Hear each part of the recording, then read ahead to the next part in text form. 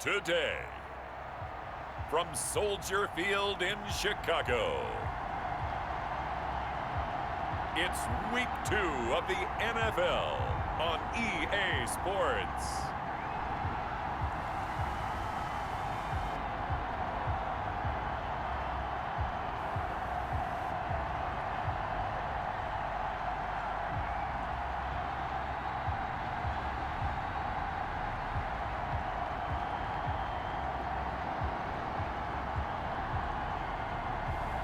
It's the Chicago Bears taking on the New York Giants.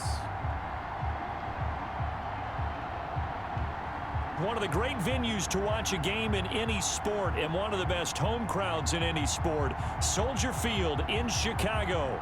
This was the scene a moment ago as the Bears emerged from their tunnel. Ready for football are they, and ready for football are we as the Bears get set to match up with the New York Giants.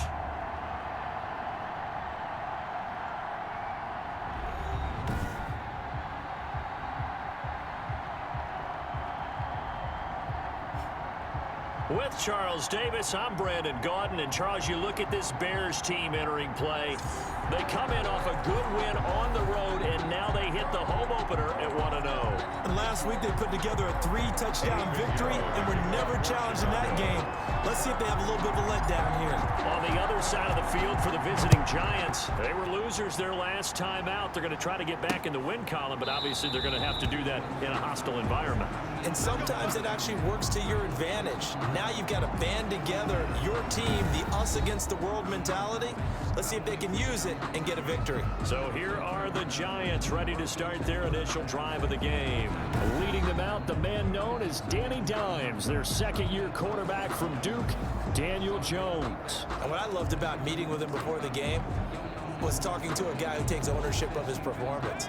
2 touchdowns, 2 interceptions last week, but all he focused on was the loss, okay? And he did say, if I change my stats a little bit, not necessarily for me to look better, but that'll help my team. They'll wind up getting a yard on the game's first play at second down.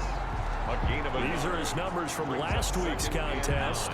14 carries, 75 yards. And they've got a nice scheme going right now, and they run the football pretty well. In fact, I was talking with him on the field before the game, and he said he's starting to hear from the guys ahead of him on the rushing yardage total, and they want to know if he's going to jump up there and join them at the top of the list. They've got good playmakers on the offensive side of the ball. I don't know what happened last week to really hurt their performance and hold down their production, but I would dare say that this week in practice, there's a lot of talk about how they're going to increase their proficiency. Yeah, it was a good start getting the playmakers involved. You mentioned that to me pregame.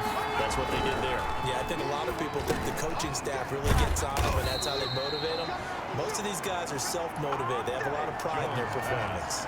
They get 7 there, but it brings up 4th. There's an example of good situational football being played by a defense. They understood where the 3rd down play was, the down and distance, and made sure that they didn't get anywhere near that, bringing up 4th down. Yeah, they were sniffing out that marker, didn't want to let him get close to there, and now a likely 3 and out to start. Yeah, I love the way they rallied to the football, got to him, and made sure they didn't give him much run after catch.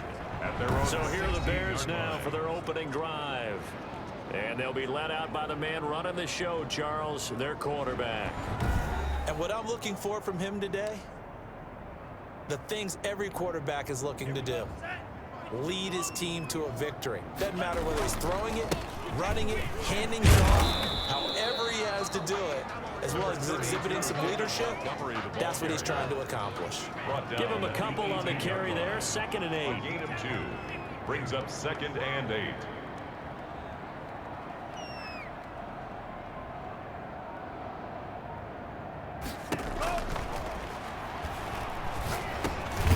Throw over the middle, taken in.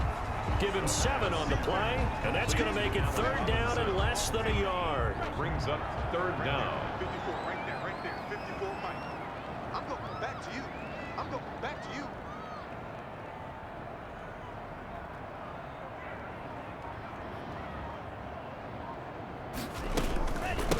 The first carry for the shifty Tariq Cohen. And he's able to get it to the 33. Good enough for a first down. That's good.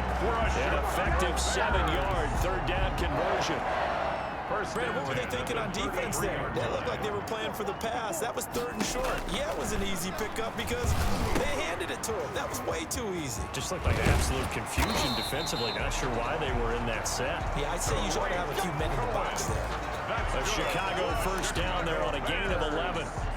Nice little nifty play for him there. You know, that's the ability to read a defense and utilize players that don't often get picked up in coverage easily. And I'm talking about being able to use the backs out of the backfield. Because I know that when I used to cover, hey, we got everybody oh, he just snuck out there, and they just got a nice first down there. What do we love to say? Get those backs into space, right? They were able to do that there. Nice pickup on first down.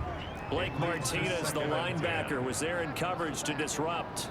And Charles, let's get a look at the draft class for this offense. Remember, no first-round picks this year. They traded it away. How much of a detriment is that? Well, what they're hoping is the reason they traded away that first-round pick, that player won't be a detriment. He'll be an improvement for their team. And now as you get into the later rounds, in the middle rounds of this draft, that's when your scouting comes to the front. You have to hit on those selections. And he will get this to the midfield stripe, but that's not going to be enough. He's a few yards short. They get 7 there, but it brings up 4th. One of the money routes for any offense, the drag route. So tough to defend because the receiver can stop at any point and make himself available to the quarterback and get a completion. But I love the communication we saw there. All the defenders pointing out the receiver, where he was going, and then they're able to rally to the ball after the catch and stop him short of a first down. Boy, a curious decision to go for it. Doesn't pan out, and that will force a turnover on downs. A first down carry for Barkley. And that play goes nowhere. Taken down, losing yardage at the 50, right at midfield. Officially, it's a 1-yard loss. That's going to bring up 2nd and 11. After the loss to start out, here's 2nd and 11. Part of their struggles last week was getting these negative plays on 1st and 2nd down. That's something they have to be wary of. And he's going to go down. They sack him back at the 42. That's sacked by Khalil Mack. 2 sacks last week, another one right here. He's been unblockable lately, and I think that goes all the way back to not just his offseason, but the film study he's been doing during the week, because I think he's found matchups that he likes, and he's capitalizing. And a few times he's even defeated double teams. He doesn't care at this point. And he'll be out of bounds up near the 45 at the 44. They stop him for only 3 that time, and that'll bring up 4th down. No score after 1 on EA Sports. Riley Dixon on to punt for the Giants. Here's Riley Dixon now as the drive goes backwards, so he's on to punt it away. Oh, he'll field it in the end zone. So a change of possession here on the punt. And the Bears will take over at their own 20. A reminder, still some good games coming up here in Week 2 of the NFL. Later tonight, a rematch from that Super Bowl.